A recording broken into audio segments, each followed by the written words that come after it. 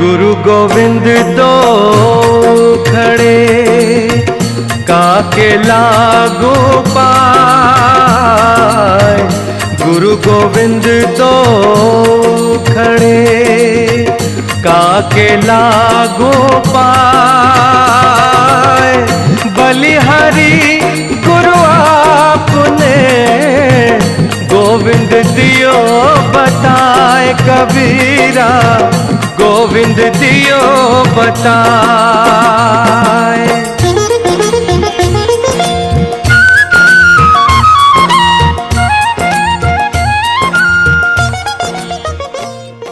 बोलो सद्गुरु देव की जय। सद्गुरु राम स्वरूप दास जी महाराज साहेब की जय।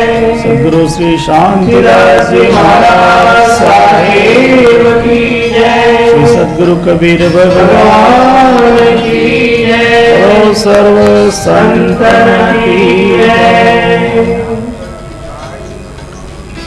दंडवत गोविंद गुरु प्रणवो भजन सो।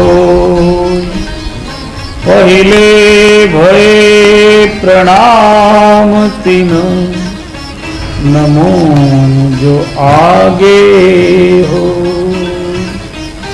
गुरु गोविंद कर जानिए रहिए शब्द समाय। मिले तो दंडवत बंदगी पल पल ध्यान धराय। बोलो सद्गुरु देव की जय। सद्गुरु कबीर भगवान नो परम मंगलकारक उपदेश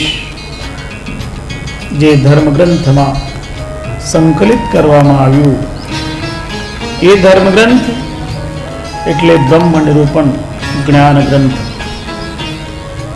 आ ब्रह्म निरूपण ज्ञान ग्रंथ मूळ तो हिंदी भाषा में, पछी हिंदी भाषा उपरथी सद्गुरु कबीर साहेब ना अनुयायी एक विद्वान संत एमणे एनुं संस्कृत रूपांतर कर्युं। ये जे संस्कृत रूपांतर कर्युं एनुं संशोधन सौथी पहला श्री पूर्णदासजी साहेब ना शिष्य भगवतीदास जी कर्युं। अने भगवतीदासजीए जे संशोधन करेलुं एमां क्यांक क्यांक शब्दोनी जे त्रुटिओ हती ए त्रुटिओनुं संपूर्ण निराकरण अहीं आश्रम में रहीने आपणा कबीर पंथना आचार्य जे परम विद्वान महान विभूति थया एवा जेमनुं पूर्व नाम विचारदासजी शास्त्री साहेब हतुं ए प्रकाशमणि नाम साहेबना नामथी आचार्य गादी पर विराजमान थया हता। एमने आ ग्रंथनुं संपूर्ण संशोधन करीने अहीं आपणा जामनगर कबीर आश्रम द्वारा ज प्रकाशित कराव्युं। अने पछी तो आ ग्रंथनो घणाने परिचय थतो गयो। आ ग्रंथमां जे ज्ञान छे ए ज्ञान पहेला खास खास शिष्योने आपवामां आवतुं, कारण आमां बधा ज साधनाओनो सार रूप सार शब्द साधना पद्धति विवेचन है। એટલે આમાં જે જ્ઞાન છે એ જ્ઞાન ખાસમ ખાસ જે અતિશય નજીકના શિષ્યો હતા એમને આ જ્ઞાન આપવામાં આવતું હતું। હવે જગતમાં લોકો બધા જ ઈચ્છે કે આપણને પણ એનું જ્ઞાન થાય। પહેલા પાત્ર જોઈને જ ખાસ જ્ઞાન આપવામાં આવતું।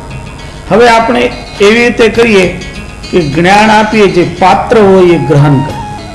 पहला एवुं हतुं पात्रने जोईने ज्ञान आपवामां आवतुं। हवे ज्ञान आपवानो जे पात्र होय एना पात्रमां कंई पड़े, जेने पात्रता न होय ए भूली जाए। तो प्रत्येक જે સાધક છે એ પોતાની પાત્રતા દ્વારા એમાંથી મેળવી શકતો હોય છે. જેની જેવી પાત્રતા, જેની જેવી યોગ્યતા. ગ્રંથ છે જ્ઞાનનો, જ્ઞાન ગ્રંથ. એટલે આજે આપણે કરી રહ્યા છે એનું નામ છે જ્ઞાન યજ્ઞ. આ જ્ઞાન યજ્ઞમાં શ્રોતા અને વક્તા બે આહુતિ આપતા હોય. શ્રોતા પોતાના કર્ણ દ્વારા એ જ્ઞાનનો પોતામાં સમાહત આધાર ગ્રહણ કરે અને વક્તા એને વાણી દ્વારા અભિવ્યક્તિ આપવાની કોશિશ કરે. એવી રીતે આ જ્ઞાન યજ્ઞનું સંપાદન થાય. આ જે જ્ઞાન ગ્રંથ છે, આ જ્ઞાન ગ્રંથમાં સદગુરુએ સૌથી પહેલા જ્ઞાનનું મહત્વ વર્ણન કર્યું. એમાં પણ સાર જ્ઞાન, અને જેને સાર શબ્દ સાધના કહેવામાં આવે, અને એનું નામ જ્ઞાન યોગ રાખ્યું. પછી પ્રકરણ આવ્યું ધ્યાન યોગ. જ્ઞાન અને ધ્યાન બેને સાથે લઈને ચાલો. એક એક જુદા નહીં કરવાના, આ બધા સાથે હોવા જોઈએ. ધ્યાનમાં જે એના અંગ છે એનું વિવેચન કરવામાં આવ્યું, અને ધ્યાન અને જ્ઞાન દ્વારા હંસ દશા જે પ્રાપ્ત થાય એ હંસનું કેવું સ્વરૂપ છે એનો બોધ આપવામાં આવ્યો. પછી જે હંસને આ જ્ઞાન ધ્યાનની અવસ્થામાં નિરંતર ઉન્નતિ કરવા માટે, પ્રગતિ કરવા માટે જે મૂળભૂત કારણ છે એ કારણ રૂપે પવન તત્વની વ્યાખ્યા કરવામાં આવી કે વાયુ સૌથી મહાન છે. અને વાયુ તત્વનું વિવેચન સદગુરુ અહીં કરી રહ્યા છે કે આ જગતમાં જે કંઈ છે એના મૂળમાં જે કંઈ વિકાસ થતો હોય એના કારણરૂપ વાયુ તત્વ છે. એને જ સદગુરુ ફરી અહીં સમજાવી રહ્યા છે. ભોક્તા ભોગ્યં ચ વાયુર્વૈ પવનો ભોગ સાધનમ બાલ્યાદયસ્તથાવસ્થા રસાશ્ચ પવનો હિ ષટ. બધું પવનનું કેટલું સામ્રાજ્ય છે, વાયુનું કેટલું મહત્વ છે, એને સદગુરુ સમજાવી રહ્યા છે. ભોક્તા ભોગ્યમ, જે કોઈ વસ્તુનો ભોગ કરતો હોય, ઉપયોગ કરતો હોય, અને જે કોઈ ભોગ્ય વિષય છે એ બધાના મૂળમાં વાયુ કારણ છે. કારણ જે શબ્દ સ્પર્શ રૂપ રસ ગંધ, આ જે 5 વિષય છે એ 5 વિષયોની અનુભૂતિ પ્રત્યેક વ્યક્તિને 5 ઇન્દ્રિયો દ્વારા થાય. પણ 5 ઇન્દ્રિયો વ્યવસ્થિત કામ કરે એના માટે એને પ્રાણવાયુની આવશ્યકતા હોય. બધા જ ઇન્દ્રિયોને વ્યવસ્થિત ઓક્સિજન મળે, પ્રાણવાયુ મળે, ત્યારે જ એ ઇન્દ્રિયો ક્રિયાશીલ રહેતી હોય. એમને બરાબર પ્રાણવાયુ નહીં મળે તો આ ઇન્દ્રિયો યોગ્ય રીતે કામ નહીં કરે. એટલે એ ઇન્દ્રિયો એમનો જે વિષય છે સ્પર્શ રસ રૂપ ગંધ, આ જે 5 વિષયો છે એનો જ્ઞાન, એની અનુભૂતિ પણ ઇન્દ્રિયો નહીં કરી શકે. એટલે ભોગતા પણ પ્રાણવાયુના પ્રભાવથી છે અને આ વિષયો પણ પ્રાણવાયુના પ્રભાવથી છે. એટલે કહ્યું કે ભોક્તા ભોગ્યમ ચ વાયુર્વૈ પવનો ભોગ સાધનમ. એ બધા સાધ્ય સાધન બધું એ પવનના કારણે, વાયુના કારણે છે. એટલું જ નહીં, માનવીના જીવનની જે અવસ્થાઓ છે એ અવસ્થાઓના મૂળમાં પણ પ્રાણવાયુ કારણ છે. પ્રાણવાયુ જેના શરીરમાં ઓછો પ્રભાવ કરતો હોય એ વ્યક્તિ બહુ શીઘ્ર વૃદ્ધ થઈ જતો હોય. ઝડપથી વૃદ્ધાવસ્થા તેને આવે જેના શરીરમાં પ્રાણવાયુનો સંચાર ઓછો. પ્રાણવાયુનો સંચાર જેટલો સારો એટલી અવસ્થાની સ્થિરતા રહે. બાલ્યાવસ્થામાં પ્રાણનો સંચાર સારો હોય. તમે નાનું બાળક હોય તો એ નાના બાળકનો કોઈ દિવસ હાથ પકડીને એના નાડીનો સંચાર જોજો તો એની નાડીની ગતિ જે હોય ને એ ખૂબ વધારે હોય છે.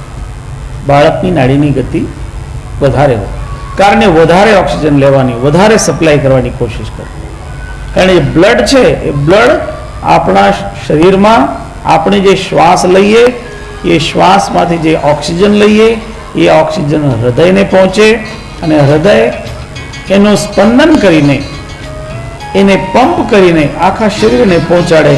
તો એ હૃદય જે રક્તને પહોંચાડે એ રક્તમાં મુખ્ય પ્રાણવાયુ અને એ જ પ્રાણવાયુ હૃદય દ્વારા પહોંચાડેલી બધા શરીરની કોશિકાઓ વાપરતી હોય.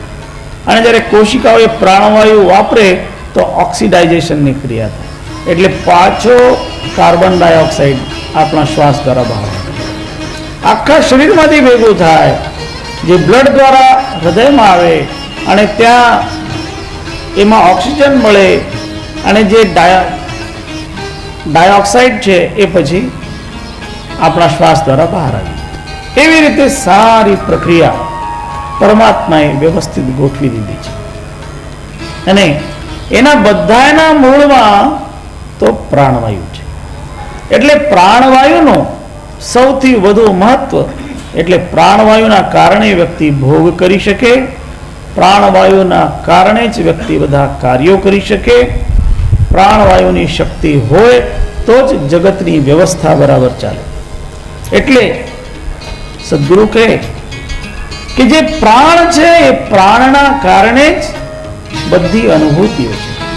એટલું જ નહીં, જે 6 પ્રકારના રસોનું જ્ઞાન એ રસોની અનુભૂતિ એના મૂળમાં પણ પ્રાણવાયુ છે.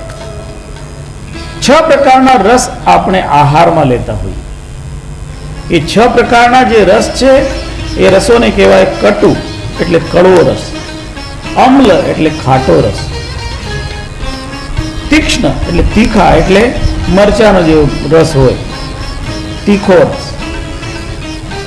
ઉષ્ણ કટુ, અમ્લ, લવણ એટલે ખારો. પછી આપણે જે એક રસ હોય છે જે તુરો હોય, જે સામાન્યતયા આમળા કે એવા પદાર્થોમાં હોય, જે ખાટો નથી હોતો પણ એવો રસ હોય છે કે એને પહેલા આપણે લઈએ ને પાછળથી પાણી પીએ તો મીઠું લાગે, એ તુરો રસ હોય. અને મધુર મીઠો રસ, મધુર, અમ્લ, લવણ, કટુ, કષાય અને તિક્ત, આ 6